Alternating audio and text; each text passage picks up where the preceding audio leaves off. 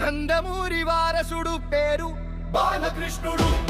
బాలకృష్ణుడు పౌరుషం ఉన్న భీముడు, అతరక రామపుత్రుడు.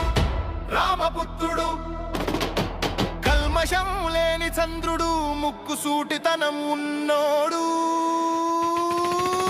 పేరు బాలకృష్ణుడు.